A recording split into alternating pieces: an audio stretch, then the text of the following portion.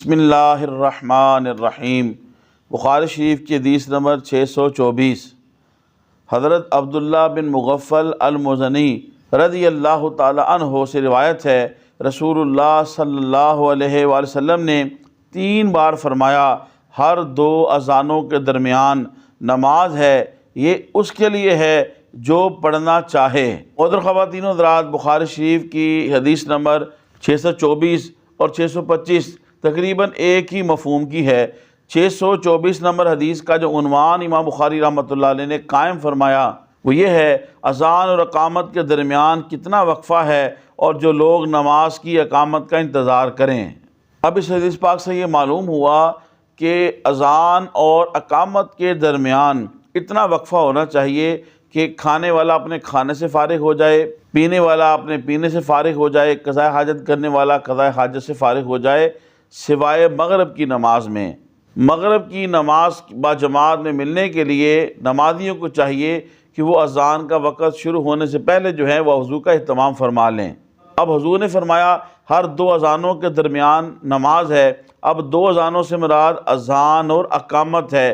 شیخ الحدیث علامہ غلام رسول سعیدی صاحب رحمۃ اللہ آپ فرماتے ہیں کہ رسول کریم صلی اللہ علیہ وسلم نے اقامت کو اذان تغلیباً فرمایا ہے۔ جیسا کہ چاند اور سورج علیحدہ علیحدہ چیزیں ہیں، لیکن ان کو قمرین بول دیا جاتا ہے، جس سے مراد چاند اور سورج ہوتے ہیں۔ تو یہاں بھی 2 اذانوں سے مراد اذان اور اقامت ہے، لیکن تقریباً اقامت کو اذان بول دیا گیا ہے۔ اب ہر 2 اذانوں یعنی اذان اور اقامت کے درمیان نماز ہے۔ فجر کے وقت بھی ہے، ظہر کے وقت بھی ہے، عصر کے وقت بھی ہے اور عشاء کے وقت بھی ہے۔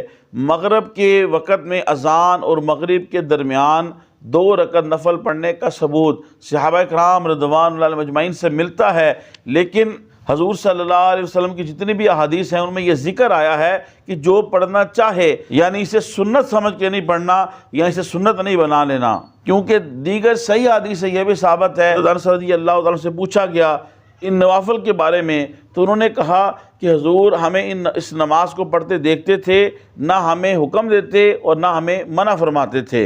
امام اعظم ابو حنیفہ رحمۃ اللہ علیہ اور دیگر فقہاء احناف کا موقف یہ ہے، مغرب کی نماز میں تعجیل کرنا یہی سنت ہے، لہٰذا اگر اذان اور مغرب کے درمیان 2 رکعت نفل جو ہے وہ باقاعدہ منظم طریقے سے پڑھے جائیں، حالانکہ مغرب کی نماز کو جلدی پڑھنا اس کے مستحب وقت میں یہ سنت ہے۔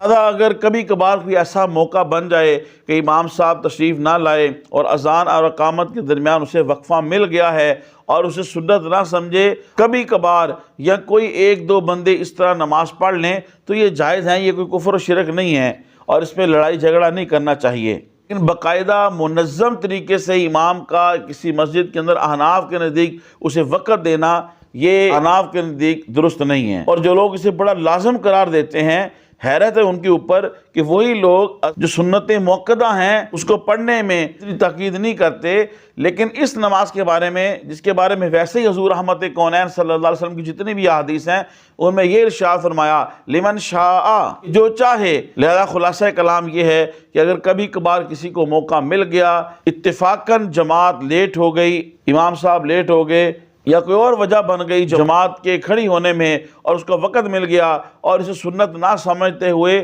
وہ کبھی کبھار 1-2 4 بندے 5 بندے اگر پڑھ لیں تو یہ درست اور جائز ہے، لیکن حناف کے نزدیک اذان مغرب کے بعد چند ایک بار سبحان اللہ یا قرآن مجید کی 3 آیات پڑھنے کے برابر جو ہے وقفہ کر کے جماعت کو کھڑے کر دینا چاہیے، کیونکہ مغرب کی نماز کو اس کے اول وقت میں پڑھنا ہی احناف کے موقف ہے۔ محترم خواتین و حضرات، تبلیغ دین کی نیت سے حدیث شریف کے اس درس کو زیادہ سے زیادہ لوگوں تک پہنچانے کے لیے میرے اس ویڈیو کو شیئر کریں۔ اللہ پاک آپ کو جزائے خیر دے۔ السلام علیکم ورحمۃ اللہ وبرکاتہ۔